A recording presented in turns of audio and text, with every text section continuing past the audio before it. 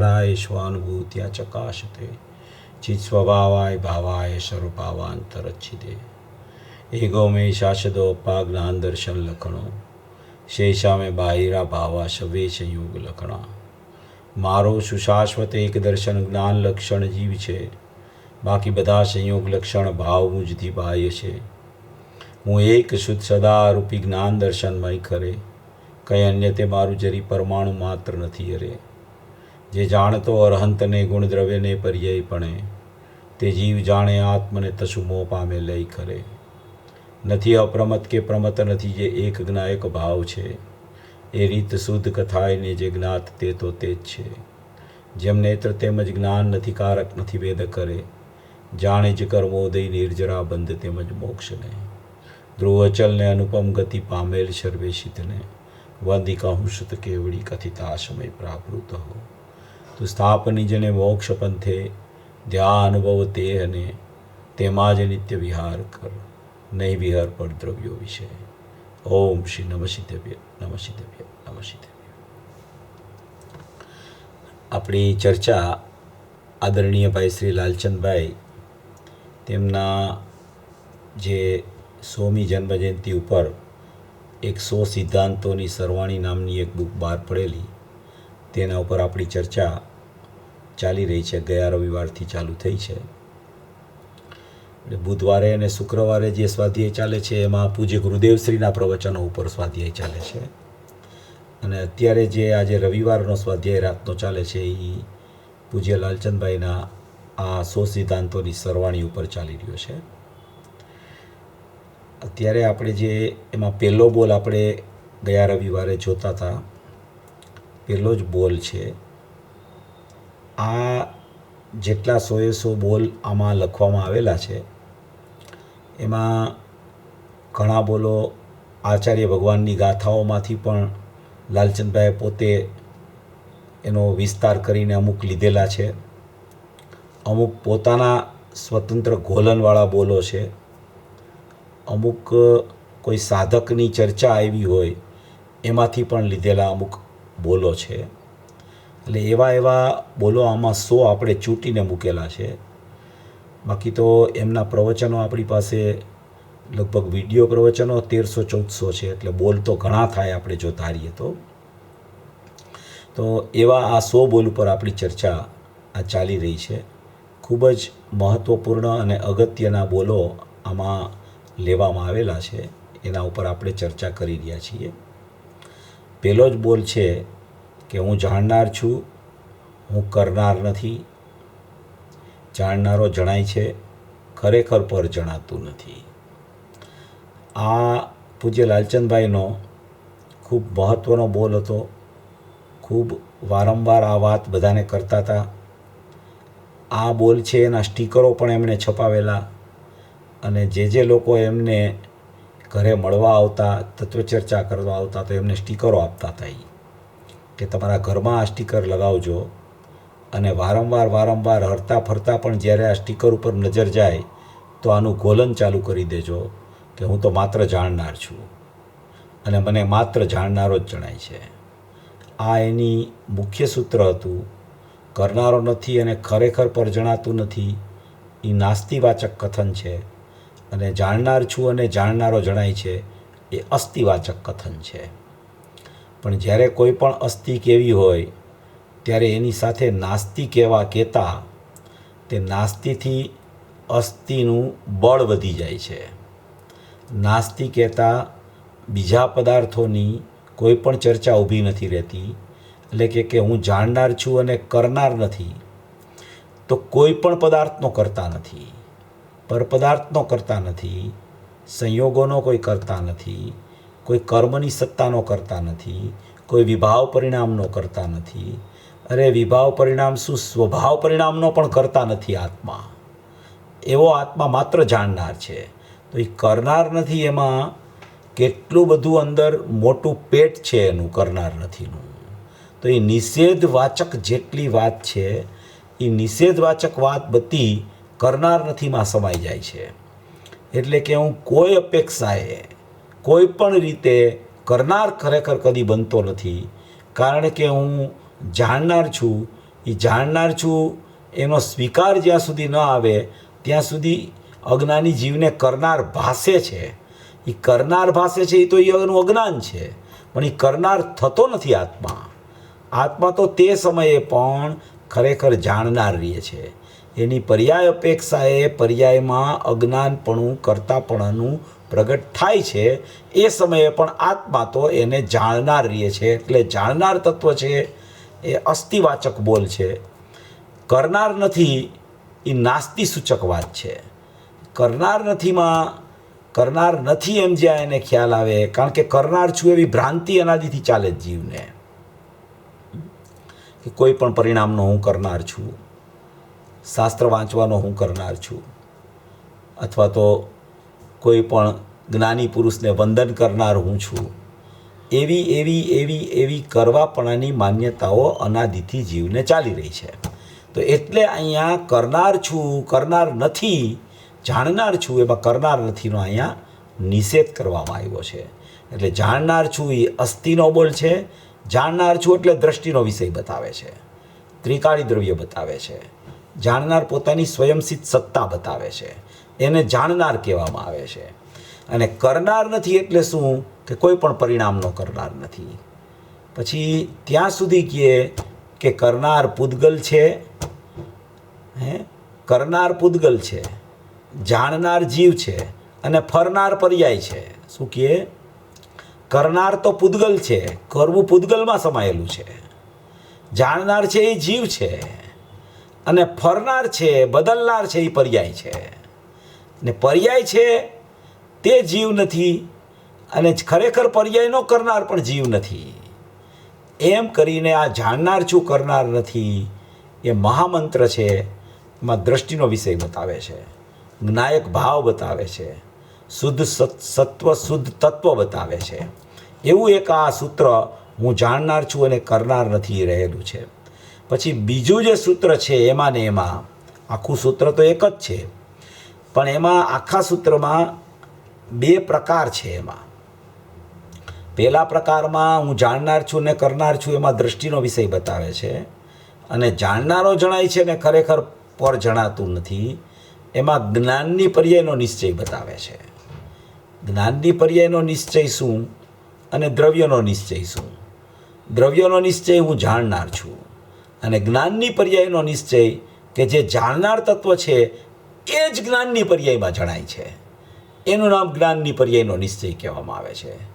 જે સેટિકાની ગાથામાં આવ્યો છે 356 થી 365 નંબરની ગાથામાં, એમાં ચોખ્ખું લખ્યું છે કે જ્ઞાનની પર્યાયનો નિશ્ચય બતાવવામાં આવે છે.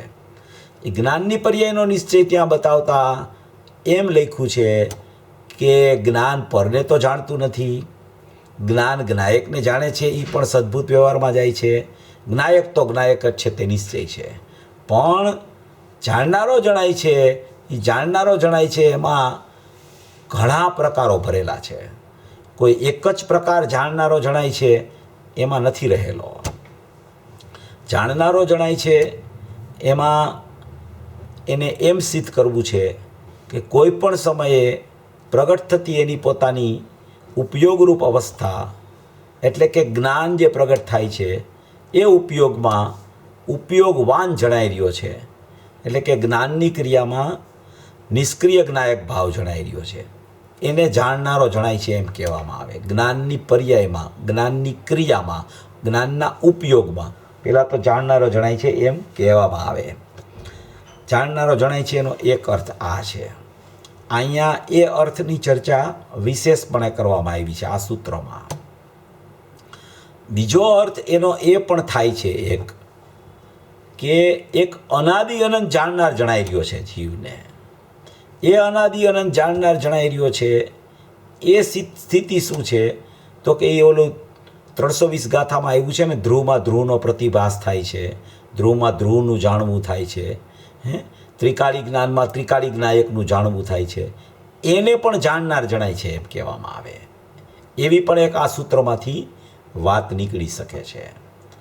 એક વાત એ ત્રિકાળીમાં ત્રિકાળી જણાય છે એમાં પણ જાણનાર જણાય છે એવી વાત નીકળી શકે. એમાં ક્રિયા નથી, નિષ્ક્રિયપણું છે. પછી બીજી વાત એ છે કે પ્રત્યેક સમયે પ્રગટ થતો ઉપયોગ છે એ ઉપયોગમાં ખરેખર ઉપયોગવાન જણાય છે, એટલે કે ઉપયોગમાં જ્ઞાયક જણાય છે. એટલે કે એ ઉપયોગ છે એનું નામ સામાન્ય ઉપયોગ છે. એ સામાન્ય ઉપયોગ એવો હોય છે કે એ સામાન્ય ઉપયોગમાં કોઈ પણ પ્રકારની વિશેષ પ્રકારના પરિણમનની કોઈ પણ અપેક્ષા લાગુ ન પડે તેને સામાન્ય ઉપયોગ કહેવામાં આવે છે. કોઈ પણ વિશેષ વિવિક્ષાનો અભાવ હોય તેને સામાન્ય ઉપયોગ કહેવામાં આવે. એ સામાન્ય ઉપયોગ છે એ ત્રિકાળી દ્રવ્ય બંધમોક્ષનું જેમ કારણ નથી એમ સામાન્ય ઉપયોગ પણ બંધમોક્ષનું કારણ નથી. મતિશ્રુત અવધિ મન પર્યાય કેવળ જેટલી પર્યાયો જ્ઞાનની થાય છે એ બધી પર્યાયો જ્ઞાનના વિશેષ પરિણમનમાં જાય છે. અને આ જે ઉપયોગ સામાન્ય છે એ જ્ઞાનની પર્યાયનું સામાન્ય પરિણમન કહેવામાં આવે છે. એ સામાન્ય ઉપયોગ છે એ સામાન્ય ઉપયોગ જ્ઞાયકમાંથી એ એક અંદરથી અંશથીમાંથી અંશ પ્રગટ થાય એને સામાન્ય ઉપયોગ કહેવામાં આવે. અને એ સામાન્ય ઉપયોગ જ્યારે અભેદ થઈને આત્મા સાથે પરિણમે ત્યારે એવા ઉપયોગનું નામ મતિશ્રુતનો ઉપયોગ પડે. મતિશ્રુત સમ્યક જ્ઞાન કહેવાય એને. એ જ્ઞાનનો ઉપયોગ પરિપૂર્ણ રૂપે જ્ઞાયક સાથે અભેદ થઈને પરિણમે ત્યારે એ ઉપયોગનું નામ કેવળ જ્ઞાન પડી જાય. તો એ ઉપયોગ તો ઉપયોગ છે, પણ ઉપયોગની જાણવાની અપેક્ષાએ એના ભેદ પડે છે એને ખરેખર વિશેષ પરિણમન કહેવામાં આવે છે. એટલે એક અહીંયા જાણનારો જણાય છે એમાં સામાન્ય ઉપયોગમાં સામાન્ય દ્રવ્ય જણાય છે એની ચર્ચા પણ જાણનારો જણાય છે એમાંથી નીકળે છે. ત્રીજી ચર્ચા શુદ્ધુપયોગની ચર્ચા આવે છે.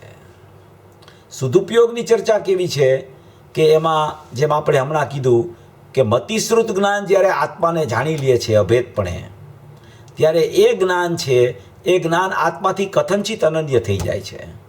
આત્માથી કથનચિત અનન્ય થઈ જાય છે ત્યારે એ જ્ઞાનમાં શુદ્ધ ઉપયોગ પ્રગટ થાય છે. ઉપયોગ તો હતો સામાન્ય, ઉપયોગમાં તો આત્મા જાણવામાં આવતો હતો. એ તો 17 ગાથાની ચર્ચા છે. બાળગોપાળ સૌને અનુભૂતિ સ્વરૂપ ભગવાન આત્મા અનુભવમાં આવી રહ્યો છે એ 17 ગાથામાં આવ્યું છે. ક્રિયાશીલ પર્યાયની ચર્ચા છે. એક સક્રિય ઉપયોગ છે અને ઓલું આપણે પહેલાં ત્રિકાળ લીધું એ નિષ્ક્રિય ઉપયોગ છે. એ નિષ્ક્રિય ઉપયોગમાં નિષ્ક્રિય ઉપયોગવાન છે એ વર્તી રહ્યો છે. સક્રિય ઉપયોગમાં ઉપયોગવાન છે એ જાણવામાં આવી રહ્યો છે. અને મતિશ્રુત જ્ઞાનમાં જે જ્ઞાયક સાથે અભેદ થઈને પરિણમે એને શુદ્ધ ઉપયોગ પ્રગટ થાય એમાં ખરેખર વેદન આવી રહ્યું છે. ત્રિકાળી જ્ઞાન ઉપયોગમાં ત્રિકાળી દ્રવ્ય જાણવામાં આવે છે એમાં વર્તી રહ્યું છે એ જ્ઞાન ત્રિકાળમાં ત્રિકાળ જ્ઞાયક જાણવામાં આવે છે એ વર્તતું જ્ઞાન છે, નિષ્ક્રિયપણે વર્તતું જ્ઞાન છે. એ એક પ્રકાર છે. એ ધ્રુવમાં ધ્રુવનો પ્રતિભાસ કયો, ધ્રુવમાં ધ્રુવનું જાણવું કયો, ત્રિકાળ ઉપયોગમાં ત્રિકાળી ઉપયોગવાનનું જાણવું કે વર્તવું કયો, એ એક વાત છે. એ ત્રિકાળી દ્રવ્યની અંદરની ચર્ચા છે.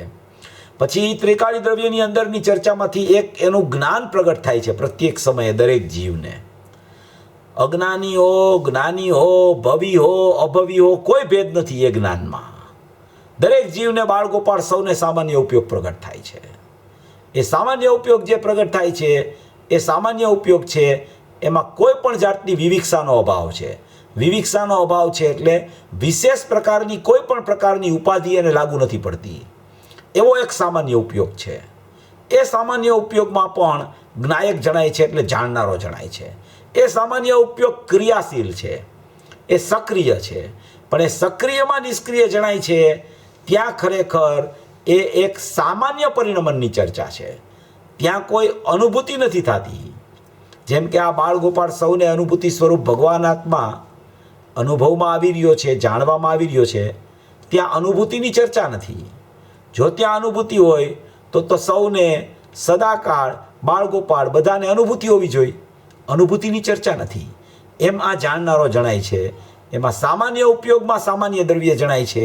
એ સામાન્ય ઉપયોગ ક્રિયાશીલ છે અને સામાન્ય દ્રવ્ય છે એ નિષ્ક્રિય છે, પણ એ સક્રિયમાં નિષ્ક્રિય જણાય છે.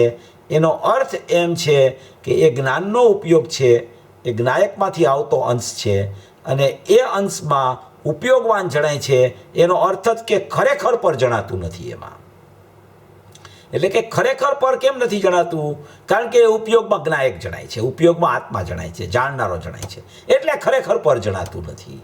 તો એ એક સામાન્ય ઉપયોગની ચર્ચા છે. એ સામાન્ય ઉપયોગની ચર્ચા જે છે એ બહુ અગત્યની ચર્ચા છે, બહુ પ્રયોજનભૂત ચર્ચા છે. કારણ કે સામાન્ય ઉપયોગ અનાદિ અનંત હોય છે. સામાન્ય ઉપયોગ છે તે કોઈ સમયે નથી હોતો એવું નથી હોતું.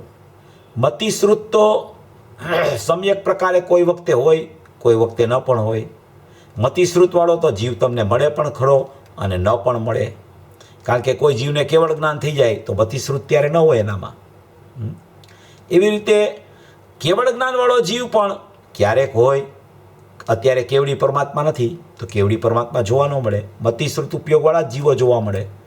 તો એને પણ ખરેખર કેવળ જ્ઞાન છે એ પણ વિશેષ છે, મતિશ્રુત છે એ પણ વિશેષ છે. ખરેખર એ લક્ષણ ન કહેવાય. મતિશ્રુત અવધિ મન પર્યાય કેવળ એ લક્ષણ ન કહેવાય આત્માનું. આત્માનું લક્ષણ કોને કહેવાય? કે સદાય પોતાની સાથે રહીએ. એટલે અહીંયા જાણનારો જણાય છે એ લક્ષણમાં લક્ષ જણાય છે. એ લક્ષણમાં લક્ષ જણાય છે, ત્યાં અનુભૂતિ નથી. એ પરોક્ષ છે. હજી શા માટે પરોક્ષ છે? કારણ કે અહીંયા વેદનની ચર્ચા નથી. બાળગોપાળ સૌને જણાય છે. એ ખાલી જાણવામાં આવે છે. જાણનારો જણાય છે, જાણનારો જણાય છે, જાણનારો જણાય છે, જાણનારો જણાય છે. એ પરોક્ષ છે.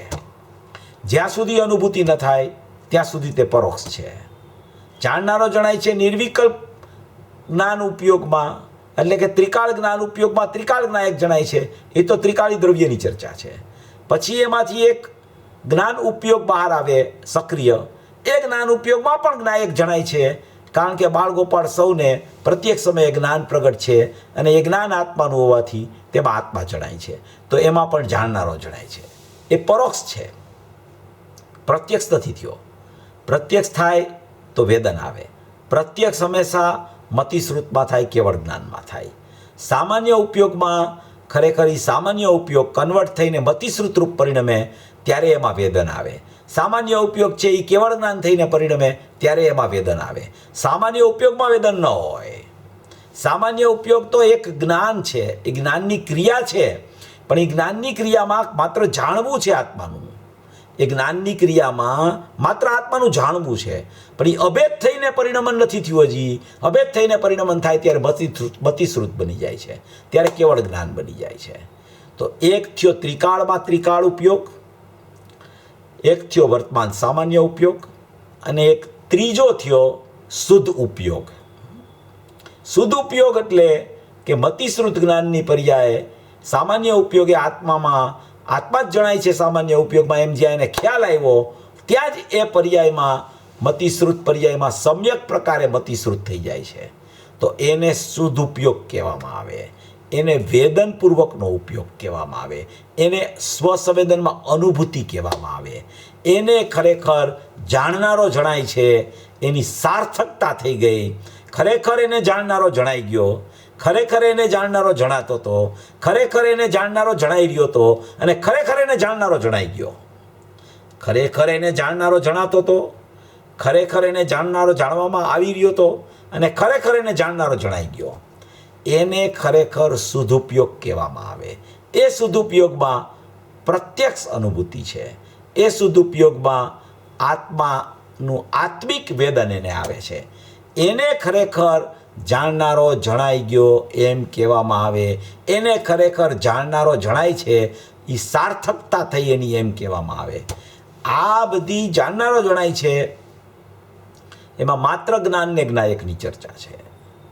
પછી પર નથી જણાતું ખરેખર, એ તો પરનો નિષેધ કરવા માટેની ચર્ચા છે. કારણ કે જ્ઞાનમાં પર નથી, જ્ઞાયકમાં તો પર નથી, જ્ઞાનમાં પણ પર નથી, એટલે જ્ઞાનમાં પર નથી જણાતું. પણ અહીંયા એક શબ્દ મૂક્યો છે કે ખરેખર પર જણાતું નથી. ખરેખર પર જણાતું નથી એટલે ખરેખર જ પર નથી જણાતું. એમ વાસ્તવમાં જ પર નથી જણાતું. વાસ્તવિકપણે જોવામાં આવે, ખરેખર જોવામાં આવે, ખરેખર સત્યાર્થપણે જોવામાં આવે તો કોઈ જીવને પર જણાતું જ નથી. કોઈ જીવને પર નથી જણાતું. દરેક જીવને જ્ઞાન જણાય છે. હવે દરેક જીવને જ્ઞાન જણાય છે એમાં ખરેખર પર નથી જણાતું. એમાં આપણે જો એ ખરેખરનો અર્થ એવી રીતે પૂજ્યભાઈ કરતા હતા લાલચંદભાઈ કે ખરેખર પર જણાતું નથી ને, એ ખરેખરમાં પરનો પ્રતિભાસ રાખવામાં આવે છે, પણ ખરેખર પર જણાય છે એવું પરનું જાણવું રાખવામાં નથી આવતું. એટલે ત્યાં એમ સિદ્ધ કરવા માગે છે ખરેખર કહીને કે કોઈ પણ પદાર્થ બહારમાં હોય, કોઈ પણ બહારમાં પદાર્થ જ્ઞેયો હોય કે કોઈ પણ જ્ઞાન સિવાયની બીજી પર્યાયો હોય, તો એ દરેક પર્યાયો અને પર પદાર્થો એ ખરેખર એના જ્ઞાન ઉપયોગમાં ઝેડકા કરે છે, પ્રતિભાસિત થયા કરે છે, પ્રતિબિંબિત થયા કરે છે. પણ એ પ્રતિબિંબિત થાય તો પણ આ જ્ઞાનની જે દિવાલ છે એ અહીંયા પ્રતિબિંબિત થયા કરે પદાર્થો, પણ આ જ્ઞાનને તેની સાથે બિલકુલ સંબંધ થતો નથી. એ પ્રતિબિંબિત થયા એટલે અહીંયા જ્ઞાનમાં કાંઈ થાય એવું બિલકુલ નથી. જ્ઞાન તો આત્માને જાણી રહ્યું છે, એમાં તો જાણનારો જણાય છે, જાણનારો જણાય છે, જાણનારો જણાય છે, જાણનારો જણાય છે. આ પ્રતિબિંબિત થયા એનો અર્થ જ એમ છે કે આ જ્ઞાનથી જુદા છે, એ જ્ઞાનથી પર છે. પર્યાયો અહીંયા પરિણમન રૂપે વર્તે છે, એ પણ જ્ઞાનની પર્યાયથી બીજા ગુણોની પર્યાયો જુદી છે, માટે એ પણ ખરેખર પ્રતિબિંબિત થાય છે, પણ એ પણ ખરેખર જ્ઞાનમાં ખરેખર નથી જણાતી. ખરેખર જ્ઞાનમાં જ્ઞાયક જણાય છે. જ્યારે જ્ઞાનમાં જ્ઞાયક જણાય છે ત્યારે એ જ્ઞાન સમ્યક થાય છે, અને એ સમ્યક જ્ઞાનમાં બધી ખબર પડે છે કે બીજી પર્યાયોનું પરિણમન પણ કેવું છે. પણ ખરેખર તે જણાતી નથી, ખરેખર પર જણાતું નથી, ખરેખર બીજી પર્યાયો જણાતી નથી. ખરેખર જણાય છે તો જ્ઞાન જણાય છે, અને ખરેખર જે જ્ઞાન જણાય છે એમાં શું જણાય છે તો કે એ જ્ઞાનમાં જ્ઞાયક જણાય છે, જ્ઞાનમાં જાણનારો જણાય છે, જ્ઞાનમાં જાણનાર જણાય છે. જાણનાર આત્મા છે અને જણાય છે એ જ્ઞાનમાં. એટલે એ જણાય છે એ પણ ખરેખર અહીંયા જ્ઞાનમાં જણાય છે. અને જાણનાર જ્ઞાન કોણ છે તો કે જ્ઞાન છે એ આ જણાય છે અને જાણે છે. આવું ફંક્શન ચાલે છે. પ્રતિભાસ અને પ્રતિબિંબ લેવું હોય તો આત્મા જાણનાર તત્વ છે એનું જ્ઞાનમાં લેને. તું પરનું પ્રતિભાસ ને પરનું પ્રતિબિંબ પણ શું કામ લેસ? તું જરૂર શું પડી તારે પરની? કામ શું છે પરના પ્રતિભાસનું? પણ કામ તારે છે જાણનારનું જ્ઞાનમાં, અને જાણનાર જ જણાય છે તારે ખરેખર. અભેદપણે જ્ઞાનમાં આત્માનું જાણવું થાય છે, અભિન્નપણે આત્માનું જાણવું જ્ઞાનમાં થાય છે, અને ભિન્નપણે પર પદાર્થોનો અને પર્યાયોનો પ્રતિભાસ થાય છે.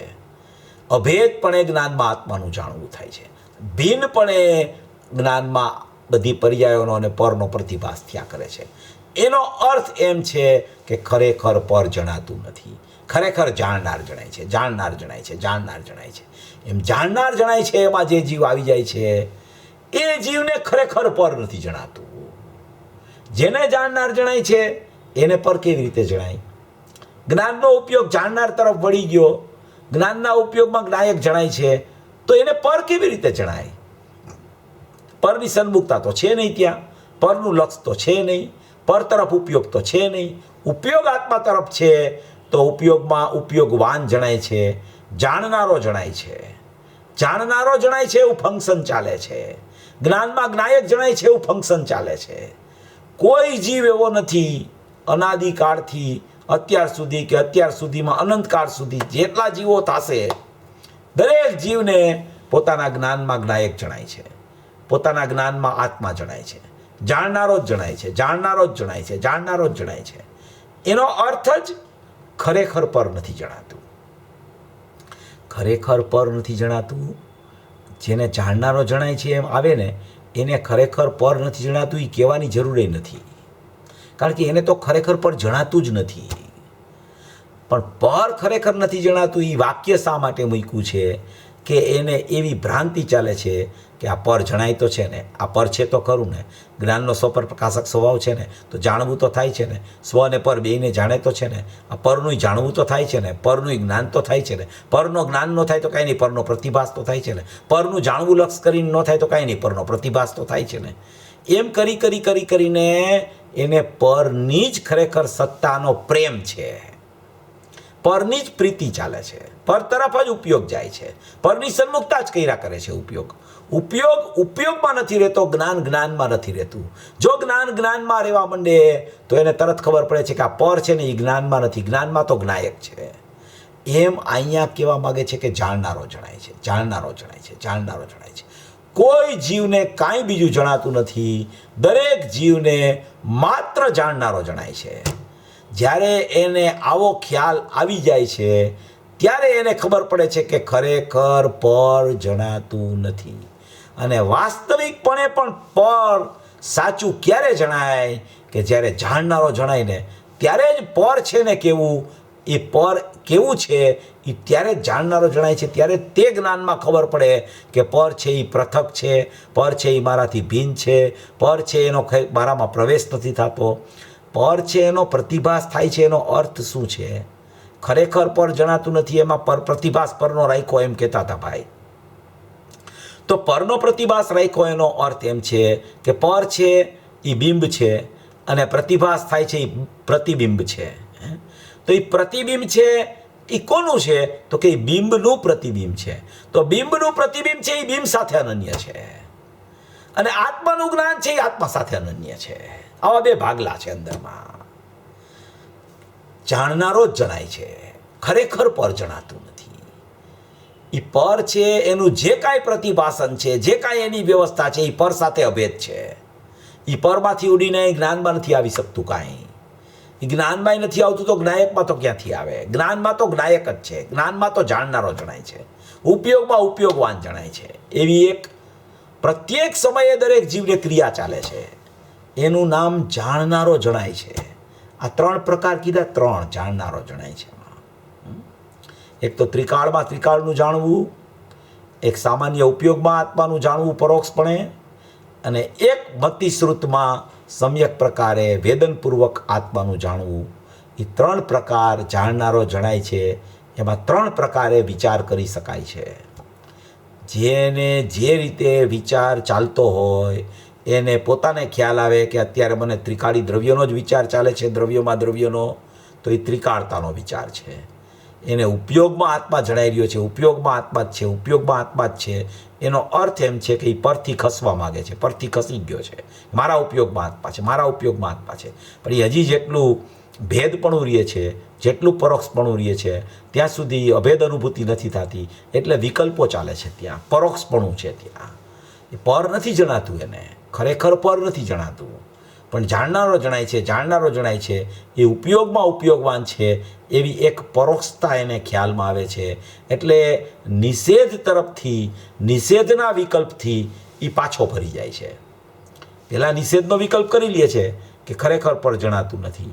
પદાર્થ સામે રાખીને વિચાર કરવો કે આ પર છે, એ મને જણાય છે, કે એ જ્યાં જણાય છે એ મને જ્ઞાન જણાય છે, અને એ જ્ઞાન જણાય છે તો એ જ્ઞાન કોનું છે? તો કે જ્ઞાયકનું છે. તો કે મને જ્ઞાયક જણાય છે કે પર જણાય છે? જે જ્ઞાન જેનું હોય તેને જાણે કે જે જ્ઞાન જેનું ન હોય તેને જાણે? જે જ્ઞાન જેની સાથે તન્મય થાય તેને જાણે કે જે જ્ઞાન જેની સાથે તન્મય ન થતું હોય તેને જાણે? એમ એને વિચાર કરવો, એને વિચાર કરવાનું કામ છે આમાં. જ્યારે વિચારે ચડી જાય છે જીવ, ત્યારે પર હોવા છતાં પરને જાણવાની ચક્ષુ બંધ થઈ જાય છે. પરમાં રહી જાય છે, અંદરનું જાણવાની ચક્ષુ ખુલી જાય છે. અને અંદરની જાણવાની ચક્ષુ ખુલે છે ત્યાં એને ખબર પડે છે, ઓહો, આ તો જાણનારો જ જણાય છે. આ તો મહા મંગલમય સૂત્ર છે. એવું મંગલમય સૂત્ર છે, જાણનારો જણાય છે. બાળગોપાળ સૌને જાણનારો જણાય છે. ગુરુદેવે એના કેટલાય પ્રવચનમાં આ વાત કરેલી છે. કેટલાય પ્રવચનમાં 69 ગાથા છે ને, એના 18મી વખતના પ્રવચનમાં ગુરુદેવે રીતસર આ વાત જ કરી છે કે જાણનારો જણાય છે. એવા શબ્દો છે ગુરુદેવના. એવા કેટલી જગ્યાએ આવા શબ્દો છે, એક જગ્યાએ નહીં. તો આધાર આપું છું, કોઈને વાંચવું હોય તો વાંચી શકે છે. 18મી વખતમાં ભાગવત શાસ્ત્ર નામનું અક્ષરસ પ્રવચન બહાર પડ્યું છે, એમાં છે, એમાં વાંચવું. એમાં લખ્યું છે, ગુરુદેવ બોલે છે, જાણનારો જણાય છે. બાળગોપાળ સૌને જાણનારો જણાય છે. એમાં શબ્દ આવ્યા છે, એમાં જાણનારો જણાય છે એમ શબ્દ આવ્યા છે ગુરુદેવના. આ ગુરુદેવનો મંત્ર છે. લાલચંદભાઈ આપણને બતાવ્યું કે આ ગુરુદેવ આમ કહેવા માંગે છે. આ મંત્ર એણે બહાર નથી પાડ્યો, ગુરુદેવનો મંત્ર છે આ. એ રીતે આપણે વિચારવું. એણે તો એના ઉપર વજન મૂક્યું કે જો તને જાણનારો જણાય છે, જો તને પર નથી જણાતું, જો તને સ્વપર પ્રકાશક સ્વભાવમાં પણ સ્વપ્રકાશક જણાય છે, અને સ્વપ્રકાશક જણાય છે એનું નામ જ સ્વપર પ્રકાશક છે, એમ આપણને કહેવા માંગે છે. આપણને એ સંબોધન કરે છે કે જાણનારો જણાય છે, અહીંયા તું પહોંચ. તારી પહોંચ હજી પરમાં છે, યા તો તારી પહોંચ હજી બીજી પર્યાયોમાં છે.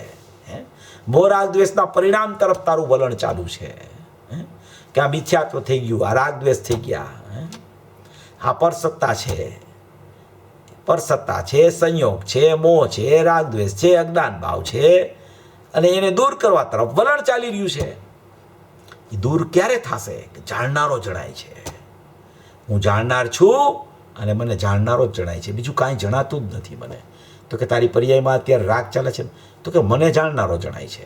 તો કે રાગ ચાલે છે ત્યારે, તો કે ત્યારે મને જાણનારો જણાય છે. તો કે મિથ્યાત્વ થાય છે ત્યારે, તો કે ત્યારે મને જાણનારો જણાય છે. જ્ઞાનમાં રાગ નથી આવતો, જ્ઞાનમાં મિથ્યાત્વ નથી આવતું, જ્ઞાનમાં જ્ઞાન છે ને એ જ્ઞાનમાં જાણનારો જણાય છે. આ ભેદ જ્ઞાનનો મહામંત્ર છે, ભેદ જ્ઞાનની પારાસીસી છે, ભેદ જ્ઞાનની ચાવી બતાવે છે.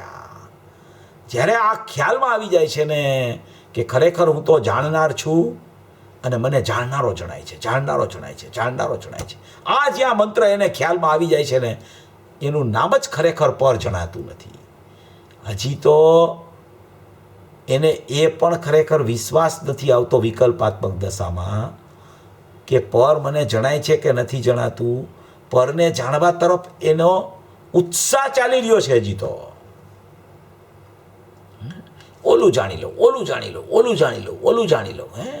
આ શાસ્ત્રમાં શું કીધું છે, આ ગાથામાં શું કીધું છે, ઓલી ગાથામાં શું કીધું છે, ઓલી ગાથામાં શું કીધું છે.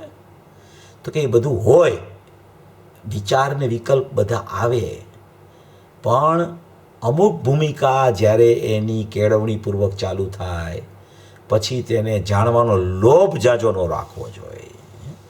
જાણવાનો લોભ જ્યાં સુધી રહેશે ત્યાં સુધી જાણનાર નહીં જણાય. બીજું જાણવાનો લોભ જ્યાં સુધી રહેશે ત્યાં સુધી જાણનાર નહીં જણાય. કોઈ સ્વાધ્યાય બંધ કરવાની કે ગાથાઓ ન વાંચવાની વાત નથી ચાલતી હો, કોઈ ઉલટો અર્થ નહીં કરતા. પણ શાસ્ત્ર સન્મુખનું જ્ઞાન પણ ખરેખર અજ્ઞાન છે. વ્યભિચારીણી બુદ્ધિ કીધી. જે જ્ઞાન આત્માને છોડી દે એ ખરેખર જ્ઞાન કહેવામાં આવતું નથી. જે જ્ઞાન પરનું લક્ષ કરે તેને ખરેખર અમે જ્ઞાન કહેતા નથી. જે જ્ઞાન પર સાથે તન્મય થઈને લક્ષ કરીને વિચાર કર્યા કરે, પણ થાય તો નહીં તન્મય, પણ એની માન્યતામાં તન્મય થઈ જાય, એને અમે જ્ઞાન કહેતા નથી. આચાર્ય અને જ્ઞાનીઓ એમ કહે છે, આચાર્ય ભગવાન અને જ્ઞાની પુરુષો એમ કહે છે કે જે જ્ઞાન મારી સાથે તન્મય થાય, મને જાણવાનું ન છોડે, મારી સાથે અભેદ થાય, એને જ અમે જ્ઞાન કહી છીએ. ને એ જ્ઞાનમાં જાણનારો જણાય છે, એટલે કે આત્મા જણાય છે. એટલે કે આત્મા હું છું અને આત્મા મને જણાઈ રહ્યો છે. એવો આ અપૂર્વ મંત્ર છે. કોઈ સામાન્ય વાત નથી. આ અપૂર્વ વાત છે.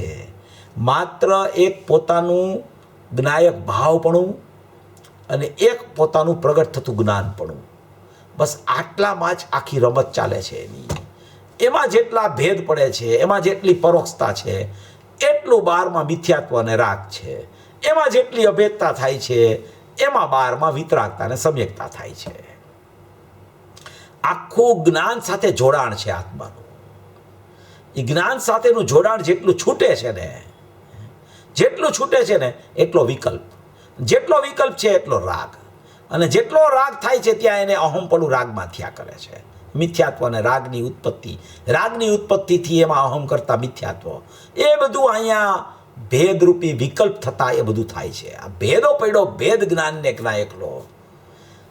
જ્ઞાન જ્ઞાયકથી જ્ઞેયભૂતપણે અભેદ તરીકે રહેલું છે. એનું નામ જાણનારો જણાય છે.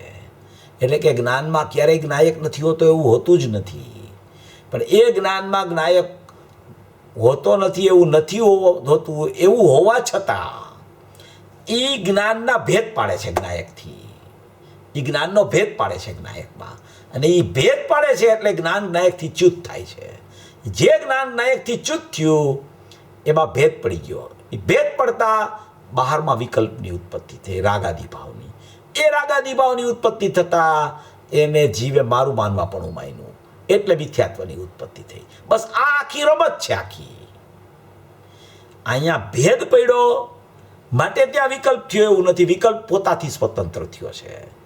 મિથ્યાત્વ રાગ હતો એટલે મિથ્યાત્વ થયું એવું નથી. મિથ્યાત્વ પોતાથી સ્વતંત્રપણે થયું છે. અહીંયા ભેદ પડ્યો એ પોતાથી પડ્યો છે, પણ જેટલો અહીંયા ભેદ પડે છે એટલો નિયમ એવો છે કે એ ભેદ છે એનું નિમિત્તપણું પામી અને ત્યાં નૈમિતિકપણે વિકલ્પની, અને એ નૈમિતિકપણે વિકલ્પની ઉત્પત્તિ થઈ એનું નિમિત્તપણું પામી, અને એ નિમિત્તપણું પામીને એના નૈમિતિકપણે શ્રદ્ધામાં મિથ્યાત્વ થાય છે. આવી એક પ્રક્રિયા આ જાણનારો જણાય છે એ નથી સમજતો ત્યારે આ બધું ઉત્પન્ન થાય છે. એટલે દરેક જીવને જાણનારો જ જણાય છે. એ જાણનારો જણાય છે એ કોઈએ પ્રશ્ન પૂછ્યો તો એક વખત કે એ જાણનારો જણાય છે એ ભેદરૂપ છે કે અભેદરૂપ છે, એવો પ્રશ્ન આવ્યો એક વખત કે જાણનારો જણાય છે તો એ ભેદરૂપ છે કે અભેદરૂપ છે?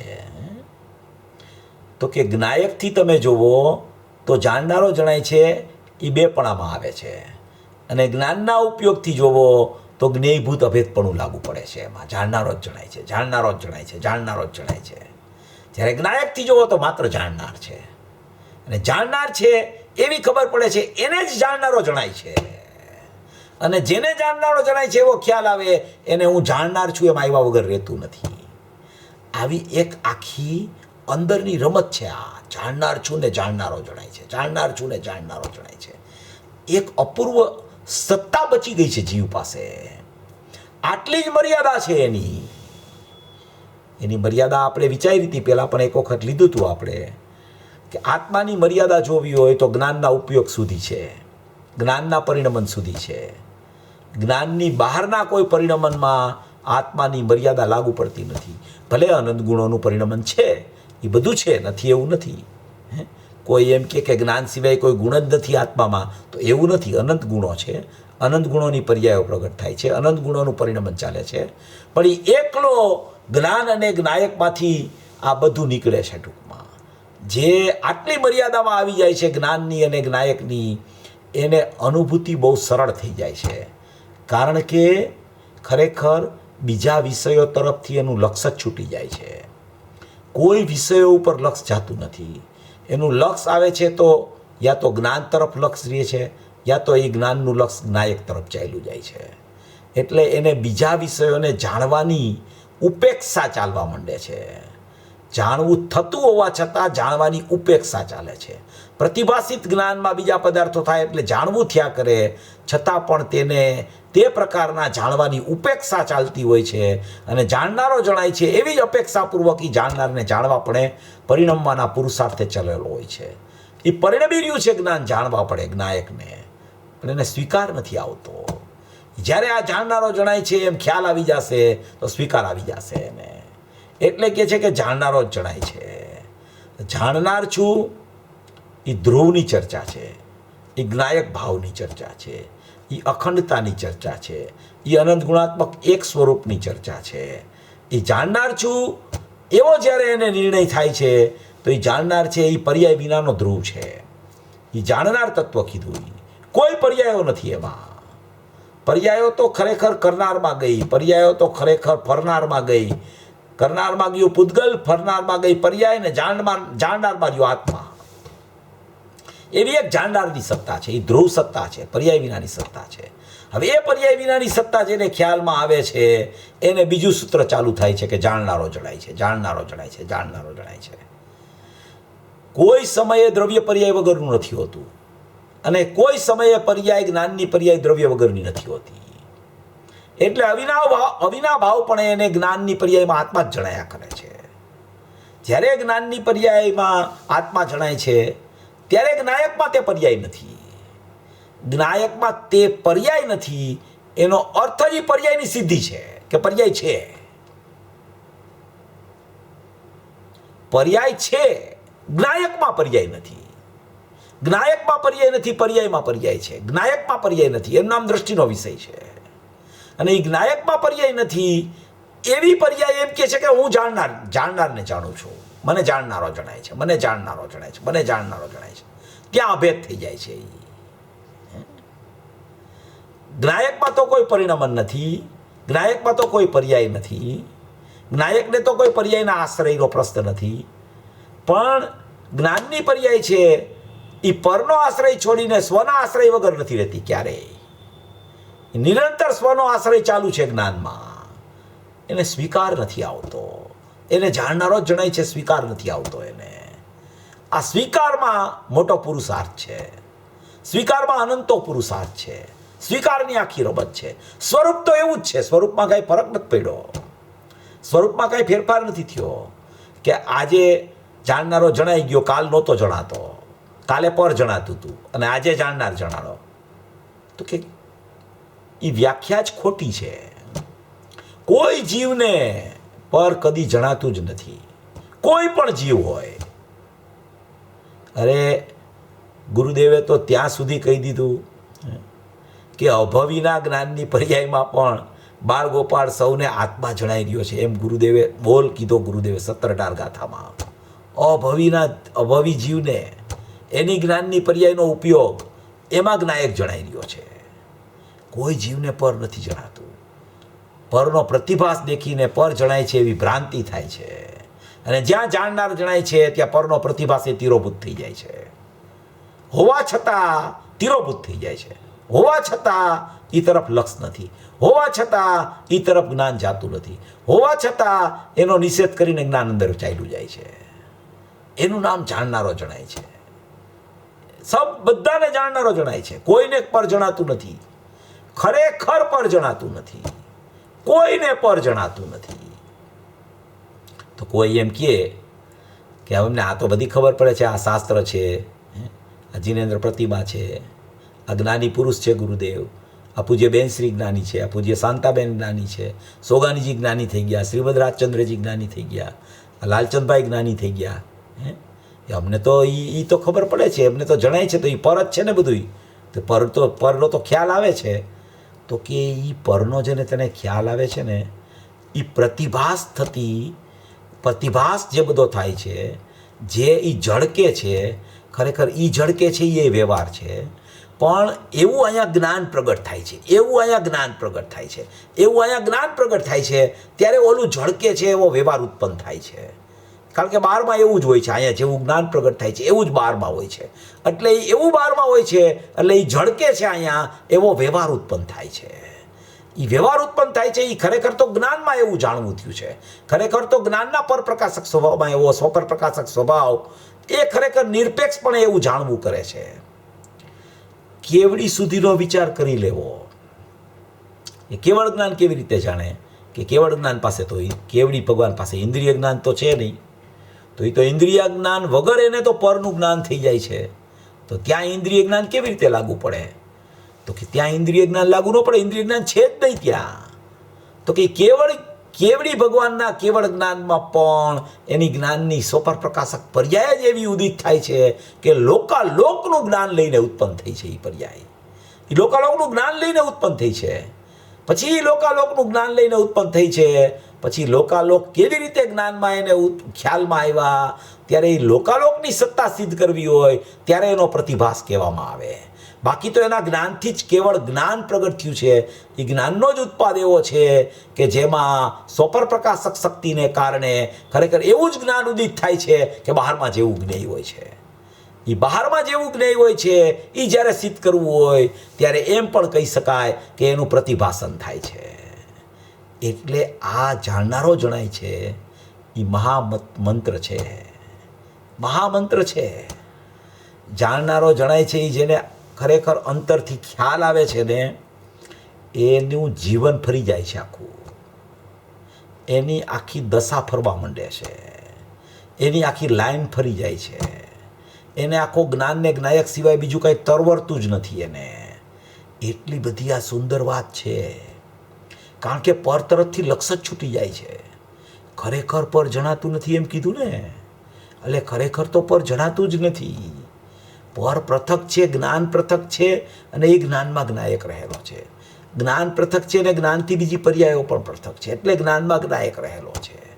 એનું નામ જાણનારો જણાય છે. જાણનારો જણાય છે. જાણનારો જણાય છે. જાણનારો જણાય છે. જાણનારો જણાય છે એ જ્ઞેયભૂત અભેદની ચર્ચા છે. જાણનાર છું એ ધ્યેયભૂત અભેદની ચર્ચા છે. અને એ જાણનારો જણાય છે, એ જણાઈ ગયો એ જ્ઞેય રૂપ અભેદની ચર્ચા છે. જાણનાર છું એ ધ્યેયભૂત અભેદ છે.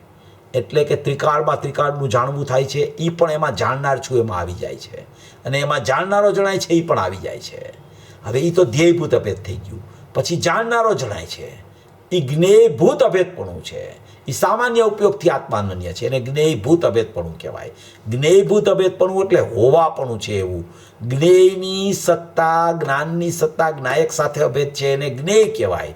એ જ્ઞેયભૂત એટલે હોવાપણે રહેલું છે, એવી રીતે જ્ઞાન અભેદપણે એને જ્ઞેયભૂત અભેદપણું કહેવાય. એ સામાન્ય ઉપયોગમાં છે. અને એ સામાન્ય ઉપયોગમાં આત્મા જણાય છે, એ ખ્યાલ આવે છે, એને જ્ઞેય રૂપ અભેદપણું કહેવાય. એ અનુભૂતિની ચર્ચા છે.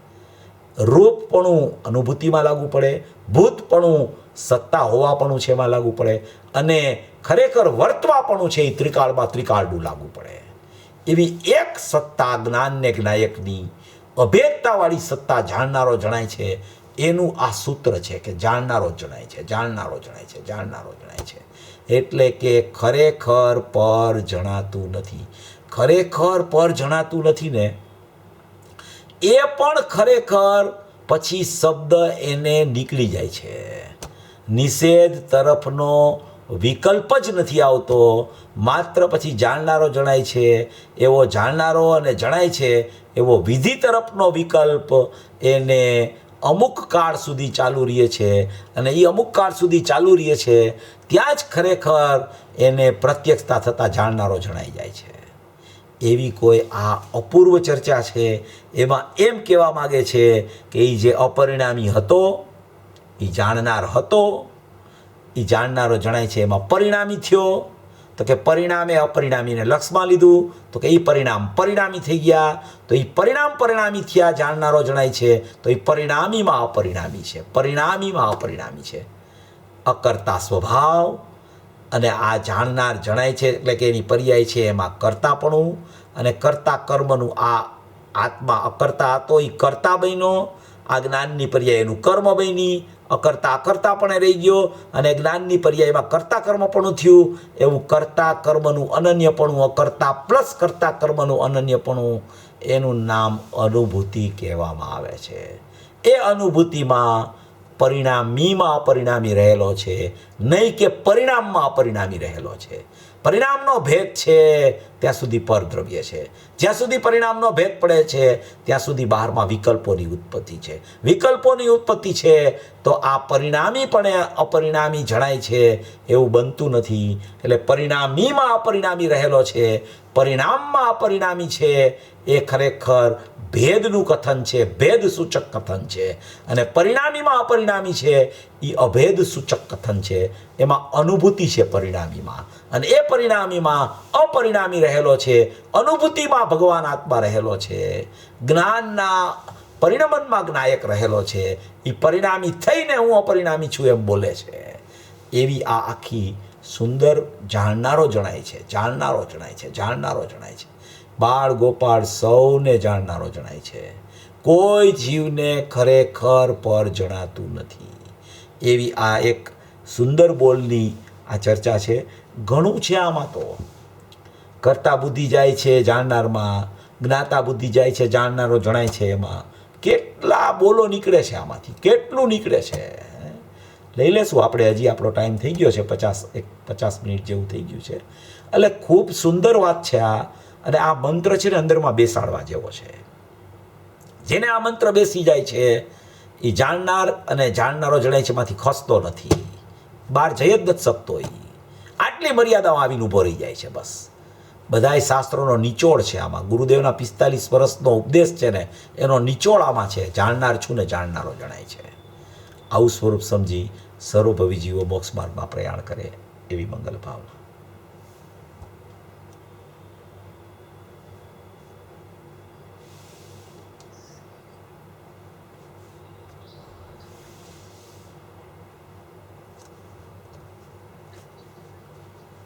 હા. ત્રણ વાત કરી.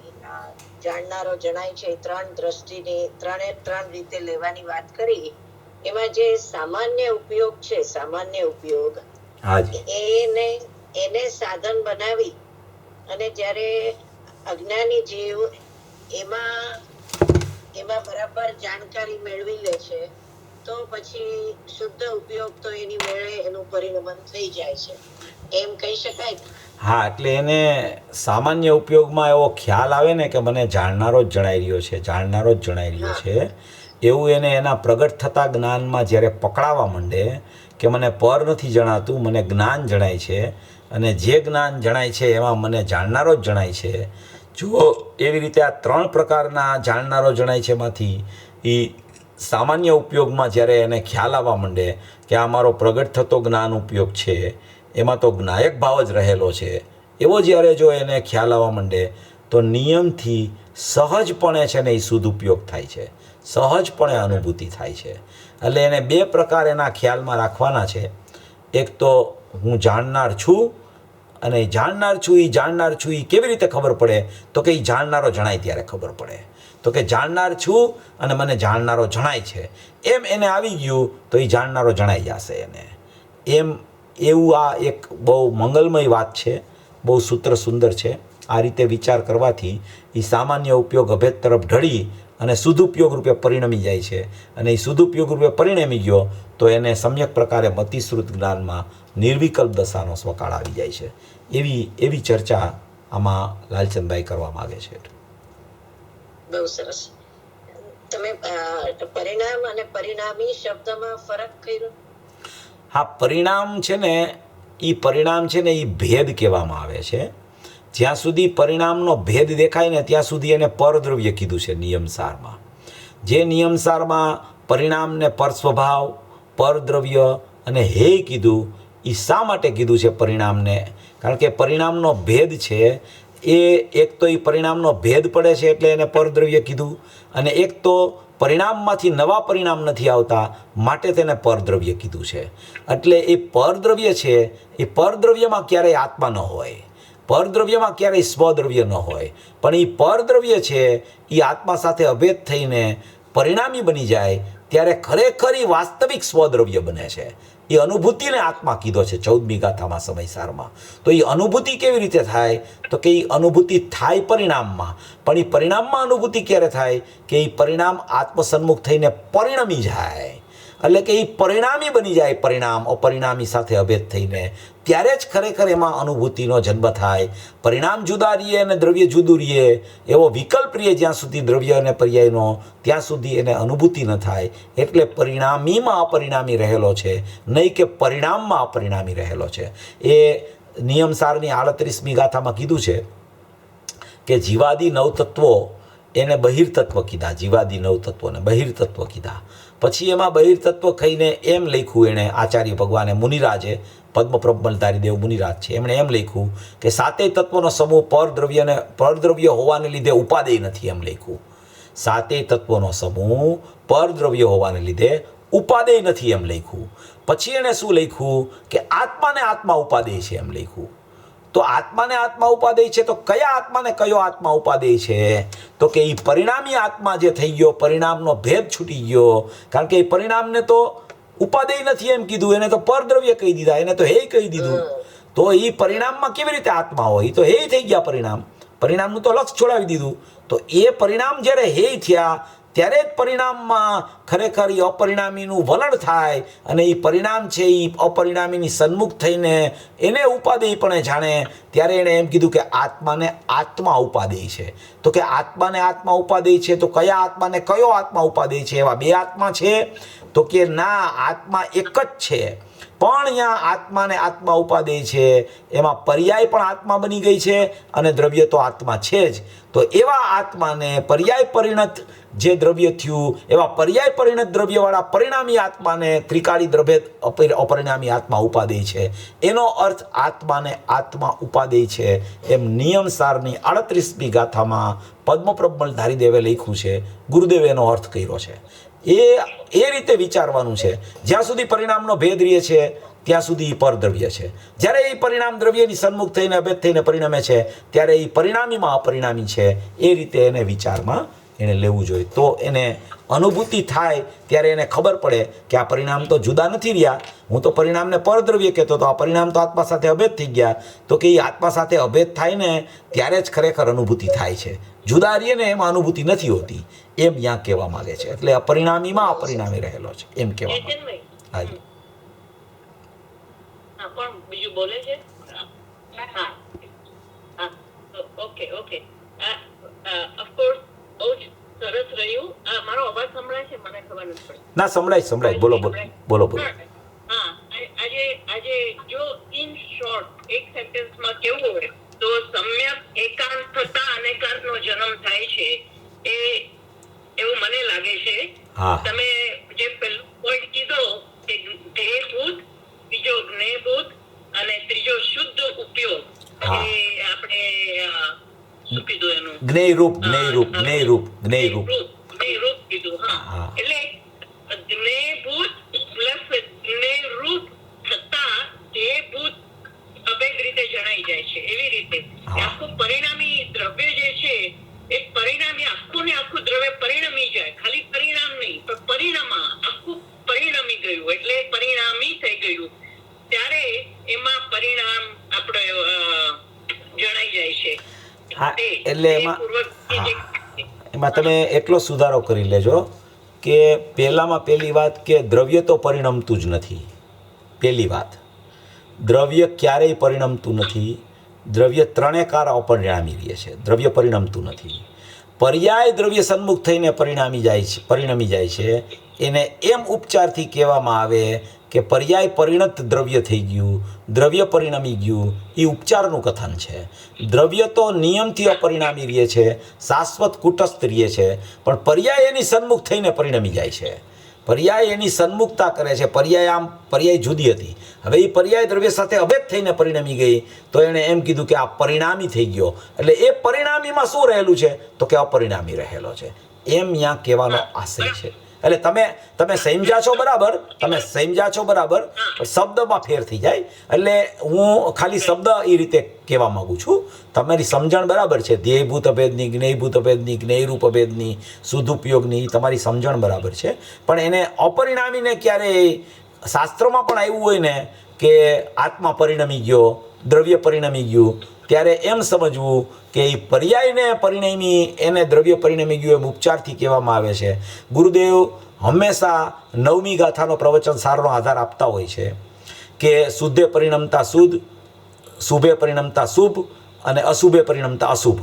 તો એમાં એમ લખ્યું છે કે શુદ્ધે પરિણમતા દ્રવ્ય શુદ્ધ થઈ ગયું, શુભે પરિણમતા દ્રવ્ય શુભ થઈ ગયું અને અશુભે પરિણમતા દ્રવ્ય અશુભ થઈ ગયું. તો કે ગુરુદેવે એમ કીધું કે આ દ્રવ્યની ચર્ચા નથી, આ પર્યાયની ચર્ચા છે. કારણ કે પરિણમન પર્યાયમાં હોય છે, દ્રવ્ય તો ક્યારેય પરિણમતું જ નથી. એટલે ક્યાંય પણ પરિણમવાની ચર્ચા આવે ત્યારે સમજી લેવું કે આ પર્યાયની ચર્ચા છે. ક્યાંય પણ અપરિણામીની ચર્ચા આવે તો એ દ્રવ્યની ચર્ચા છે.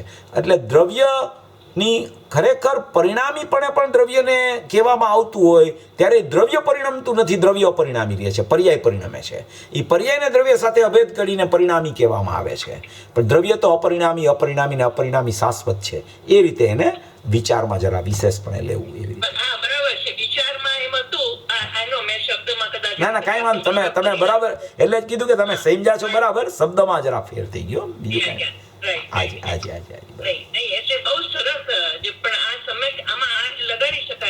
હા, સમ્યક એકાંત એટલે ત્રિકાળી દ્રવ્ય છે. અને સમ્યક એકાંત પૂર્વક સમ્યક અને એકાંતનો દ્રવ્ય પર્યાય સ્વરૂપનો અનુભૂતિનો જન્મ થયો. એ સમ્યક એકાંત પૂર્વક સમ્યક અને એકાંત થયું એમ લગાડી શકાય, એકદમ લગાડી શકાય 100%. એમાં કાંઈ વાંધો નથી.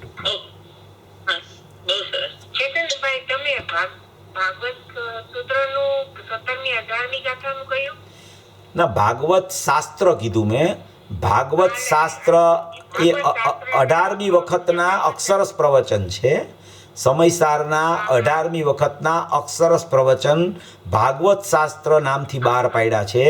એ લગભગ 6 ભાગ બહાર પડી ગયા છે. હા.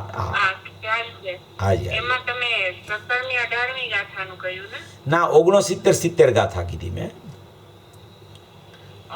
69-70 ગાથા કર્તા કર્મ અધિકારની પહેલી જ ગાથા છે, એમાં ગુરુદેવે આનો રેફરન્સ ખૂબ આપ્યો છે, જાણનારો જણાય છે એનો.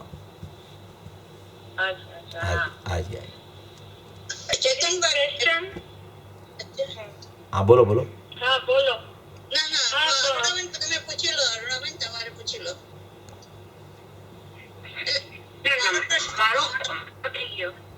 અચ્છા, મારો પ્રશ્ન એ હતો કે ચેતનભાઈ તમે એક વખત કીધેલું કે અપરિણામી વત્તા પરિણામ એટલે અનુભૂતિ લઈ શકાય ને? હા એમ જ એને જ અનુભૂતિ કહેવાય. અપરિણામી પ્લસ પરિણામ ઇઝ ઇક્વલ ટુ અનુભૂતિ. ઓકે ઓકે, એ જ મારે પૂછવું હતું. હાજી હાજી. હા, મારે એક પૂછવું હતું કે જે અસમાન દ્રવ્ય જાતીય પર્યાય છે તો એમાં દ્રવ્યની પર્યાય લેવાની કે નહીં લેવાની? હા, અસમાન કારણ જાતિ. કે પ્રવચન સારમાં છે ને કે ગુણોની પર્યાય અને દ્રવ્યની પર્યાય. હા, એટલે એ તો એ બધો વિષય થોડો બીજો છે, એટલે એ લઈ શકાય એમાં. એટલે એમાં અસમાન એમાં અર્થ પર્યાય ને વ્યંજન પર્યાય બધી ઉતારી છે. 114 ગાથામાં પણ આવે છે અસમાન જાતિ પર્યાયની ચર્ચા. એટલે એ વિષય થોડો એવો છે, એમાં ઉતારી શકાય. જરા બી લાંબો વિસ્તાર છે જરા એ બધી વિષયનો. આપણે ભવિષ્યમાં ગમે ત્યારે ચર્ચા કરી લેશું, એનું કાંઈ વાંધો નથી એમાં ટૂંકમાં. Okay, thank you.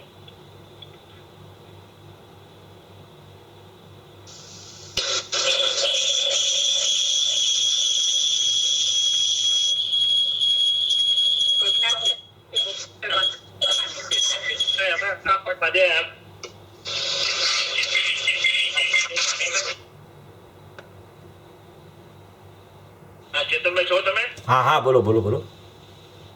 અચ્છા, આ જે સેન્ટેન્સ છે, એક સેન્ટેન્સ જાણનારા જણા છે પણ જણાતું નથી, એક ખરેખર એમાં લાલચંદભાઈ નું એમનું હૃદય તમે વાંચી શકો, એમનું થિંકિંગ તમને ખબર પડે. અમને તો કલ્પના નહોતી કે આટલો બધો માલામાંથી નીકળે એક વાક્યમાંથી. સાચી વાત છે, તમારી વાત સાચી છે. કારણ કે એણે એ જેટલા વર્ષ સ્વાધ્યાય કર્યો ને એટલા વર્ષ લાલચંદભાઈએ જાણનારો જણાય છે ને ખરેખર પર જણાતું નથી, એ જ વાત કરી છે એમણે. બહુ એનું આ મંગલમય સૂત્ર હતું બહુ, એટલે એ વારંવાર કહેતા આ ટૂંકમાં.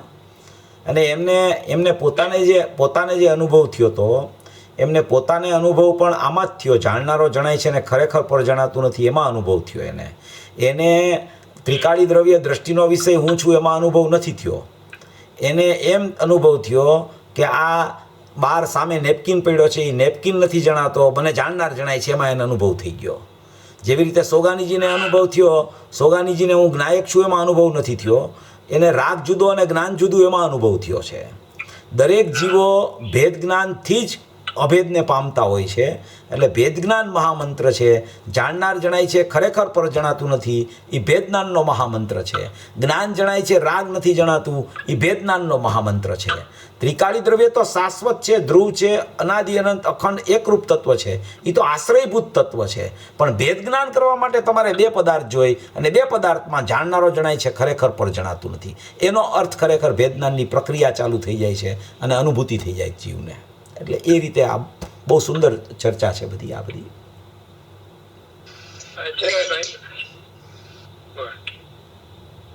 ના ના, તમે પૂછો.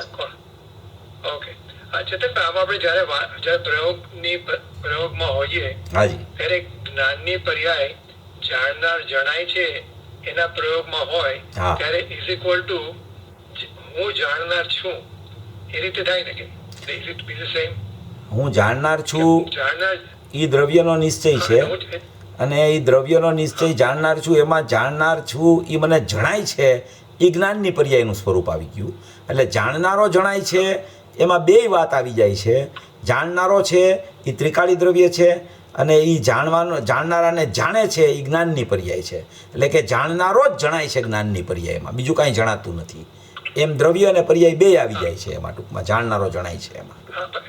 એટલે જયારે પ્રયોગમાં ચડે છે કે હું જાણનારો છું, તો પછી જાણનારો જણાઈ જાય છે. એકદમ એમ જ જાણનારો જણાય છે. હા, એટલે એ તો છેલ્લા સ્ટેપમાં તો કોઈ પણ જાતના જાણનાર જણાય છું એવો પણ ભેદ ન રહીએ એને. માત્ર હું જાણનાર જ છું, માત્ર હું જાણનાર જ છું. જેમ આમાં કીધું ને છઠ્ઠી ગાથામાં કે હું જ્ઞાયક છું, એમ પેલા બોલમાં આવ્યું કે હું જ્ઞાયક છું, કે પ્રમત્ત નથી એવો જ્ઞાયક છું. પછી એમાં એવું કે જ્ઞાત તે તો તે જ છે, એટલે જ્ઞાયક તે તો જ્ઞાયક જ છે. તો એ અભેદ પરિણમન થઈ ગયું એને પણ જ્ઞાયક કહેવાય, અને અભેદ છે તેને પણ જ્ઞાયક કહેવાય. બે જ્ઞાયક જ છે. અભેદ થયો એ જ્ઞાયક, અભેદ છે એ જ્ઞાયક. જાણનારો છે એ પણ જ્ઞાયક, અને જાણનારો જણાનો એ પણ જ્ઞાયક. બધું જ્ઞાયક, બધું જ્ઞાનમય થઈ ગયું. જ્ઞાયક એટલે જ્ઞાનમયપણું. એકચ્યુઅલી શું થાય છે, જીવને એમ થાય છે કે જ્ઞાયક એટલે કે ભાઈ જ્ઞાયક છે એ કંઈક બહુ ઓલી વસ્તુ છે, મહત્ત્વની વસ્તુ છે, અને જ્ઞાન છે એ કંઈક એનાથી જુદી વસ્તુ છે એમ થઈ જાય છે. પણ એ જ્ઞાયક એટલે જ્ઞાનમયપણું છે, અને એ જાણનારની પર્યાય જાણનારને જાણે એ પણ જ્ઞાનમયપણું છે. જ્યારે એની અભેદ સત્તા થાય છે ત્યારે જ્ઞાયક એ આત્મા છે, અને જ્ઞાયકની પર્યાય પણ આત્મા થઈ જાય છે. એનું નામ અભેદ પરિણમન છે. એટલે હું જાણનાર છું એમાં જ્ઞાનમય સત્તાએ આવી જાય, અને જ્ઞાયકની સત્તાએ આવી જાય. બે સત્તા એમાં આવી જાય છે. બરાબર બરાબર. ઓકે, બરાબર છે. હાજી. કોણ હતું? હા, હું ખાલી એમ જ કહેવાની હતી ચેતનભાઈ કે આપણે જે 215 કળશનું જ્ઞાનની પર્યાયનું નિરપેક્ષપણું જેની આટલી બધી વાતો કરી, હાજી. એ જ વાત આમાં બરાબર સમજાઈ જાય છે, અને એ જ વાત આમાં આવે છે એવું મને લાગે છે. ના, એ વાત તમારી સાચી છે. 215 કળશમાં છે એમાં 215 કળશમાં એકલો જ્ઞાનની પર્યાયનું જ સ્વરૂપ બતાવવું છે. એ જ્ઞાનની પર્યાયને નિરપેક્ષ બતાવવી છે. જ્યારે અહીંયા જ્ઞાનની પર્યાયમાં જ્ઞાયકનો અનુભવ કેવી રીતે થાય એ ચર્ચા જાણનારો જણાય છે એમાં છે. ઓલામાં જ્ઞાનની પર્યાય છે એ નિરપેક્ષતા એની બતાવવી છે, એ કોઈથી સાપેક્ષ નથી એમ બતાવવું છે. અને અહીંયા તો જ્ઞાનની પર્યાયમાં આત્માનું જાણવું કેવી રીતે થાય એનું નામ જાણનારો જણાય છે એમ બતાવવું છે. એ વાત છે અહીંયા ટૂંકમાં. બહુ સરસ, બહુ સરસ. ચેતનભાઈ, એક નાનું જ પૂછવું, એટલે જસ્ટ કન્ફર્મેશન એવી રીતે છે કે આપણે જે વાત કરી ને, ધ્રુવનો પ્રતિભા છે નિષ્ક્રિય ઉપયોગ છે. હાજી હાજી હાજી, બરાબર. એટલે એ શ્રદ્ધાનો વિષય. હા, એ શ્રદ્ધા, એ ત્રિકાળી દ્રવ્ય છે એ આખું. હા, ત્રિકાળી દ્રવ્ય. અને પછી બીજો સામાન્ય ઉપયોગ, ને પછી ત્રીજો શુદ્ધ. એકદમ. એ જે શુદ્ધ પ્લસ ઉપયોગમાં આવી જઈએ, બેન ઓલું તો આ વિના રહે જ નહીં. એટલે શુદ્ધ ઉપયોગમાં જ અનુભવ થાય, અને શુદ્ધ ઉપયોગમાં અનુભવ થાય ત્યારે એ સામાન્ય ઉપયોગ છે ને, એ સામાન્ય ઉપયોગ જ શુદ્ધ ઉપયોગ રૂપ થઈ ગયો ટૂંકમાં. એ સામાન્ય ઉપયોગ પછી જુદો નથી રહેતો, એ સામાન્ય ઉપયોગનો જ શુદ્ધ ઉપયોગ થઈ જાય છે. કારણ કે જે સામાન્ય ઉપયોગ હતો ને એ જ મતિશ્રુત રૂપે કન્વર્ટ થઈને પરિણમી જાય છે આત્મા સાથે અભેદ થઈને. બે ઉપયોગ નથી હોતા કે કોઈ સામાન્ય ઉપયોગ જુદો રહીએ ને પછી મતિશ્રુતનો ઉપયોગ જુદો રહીએ. ઉપયોગ એક જ છે, પણ ઉપયોગમાં પહેલાં સામાન્ય ઉપયોગ છે, અને એ સામાન્ય ઉપયોગમાં આત્મા જણાય છે. એનું નામ જ વિશેષ ઉપયોગ મતિશ્રુત થઈ ગયું ટૂંકમાં. એટલે મતિશ્રુત વિશેષ થયું એ અનુભૂતિ છે, અને સામાન્ય ઉપયોગ છે એમાં પરોક્ષપણે આત્મા જણાય છે, એમ એનો અર્થ છે ટૂંકમાં. હા, એટલે શુદ્ધ ઉપયોગ આપણે જ્યારે શબ્દ વાપરીએ ત્યારે આમ ચારિત્ર્યની અપેક્ષા વાપરતા હોઈએ છીએ, બરાબર? હા હા. ના, શુદ્ધ ઉપયોગ એટલે એ શુદ્ધ તમે લ્યો એટલે એ તમે સંવરની અપેક્ષા પણ આવી શકે એમાં, અને ઉપયોગ લ્યો એટલે જ્ઞાનની અપેક્ષા આવે. તો એ શુદ્ધ ઉપયોગ જ્યારે અભેદ થાય ત્યારે જ્ઞાનને પણ શુદ્ધ થયું એમ કહેવામાં આવે. જ્ઞાનને પણ શુદ્ધ ઉપયોગ લાગુ પડે શબ્દ. એટલે અનુભૂતિના કાળમાં જે અનુભૂતિ થાય ત્યારે શુદ્ધ ઉપયોગ જ્ઞાનની પર્યાયને સ્વસંવેદનને પણ શુદ્ધ ઉપયોગ કહેવાય. અને ત્યારે વિતરાગતા થાય એટલે ચારિત્ર્યની અપેક્ષા પણ તમે એમાં વિતરાગતાના સમયે લગાવી શકો. તમે એમાં સંવર થયો પ્રગટ, એમ એ રીતે પણ લઈ શકાય. એકદમ એકદમ એકદમ. એટલે અનુભૂતિના કાળમાં તો બધી પર્યાયો સ્વસન્મુખ થઈને પરિણમી જાય. એટલે બધી પર્યાયો અભેદ થઈને એ પરિણામી આત્મા જ થઈ ગયો આખો. જેમ કે અનુભૂતિને આત્મા કીધો તો પરિણામી આત્મા જ થઈ ગયો. ત્રિકાળી દ્રવ્ય આત્મા અપરિણામી રહ્યો, અને પર્યાયો બધી દ્રવ્યની સન્મુખ થઈને પરિણમી ગઈ. તો એ પરિણામીમાં અપરિણામી આખો થઈ ગયો. તો એ શ્રદ્ધાની પર્યાય, જ્ઞાનની પર્યાય, ચારિત્રની પર્યાય, સુખની પર્યાય, વીર્યની પર્યાય, પ્રભુત્વની પર્યાય, વિભુત્વની પર્યાય, દરેક પર્યાયો એક સાથે એક રૂપ અભેદ થઈને પરિણમી ગઈ. એટલે એને શુદ્ધ ઉપયોગ કહી દીધો ટૂંકમાં એમ. બરાબર. ઓકે, બહુ ક્લિયર થઈ ગયું. Thank you.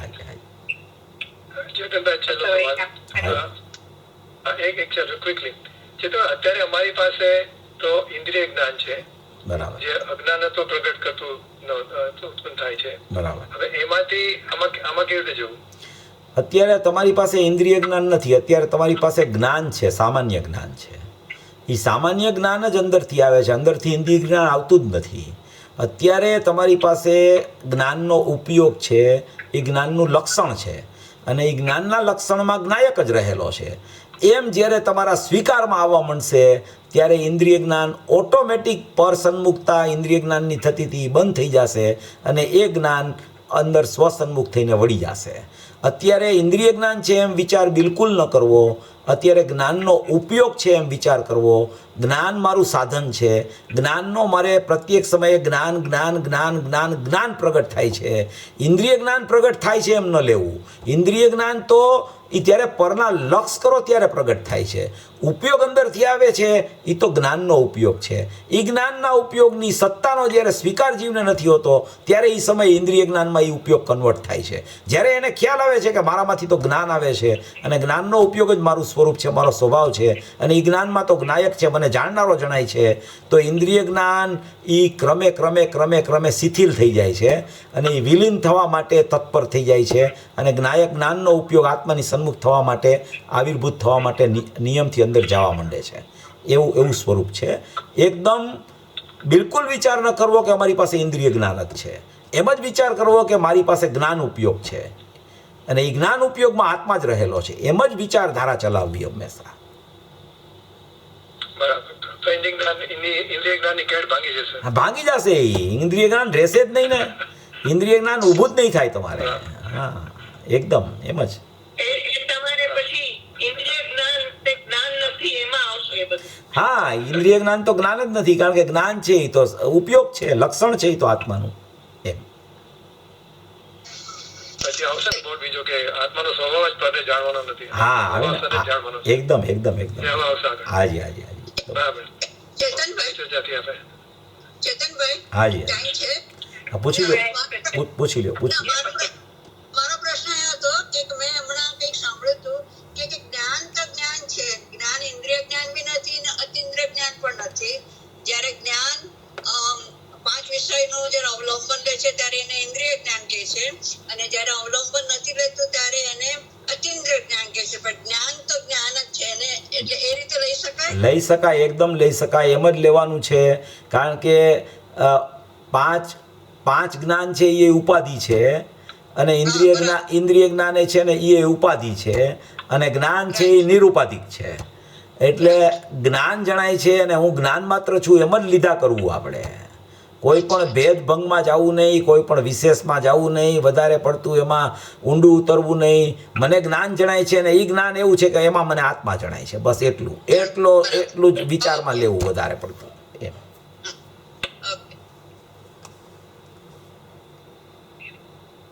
ચેતનભાઈ, આપનો બહુ જ આભાર. હાજી. થયું છે આજે. હાજી હાજી. આપણે આજે અહીંયા પ્રોગ્રામ પૂરો કરીએ છીએ.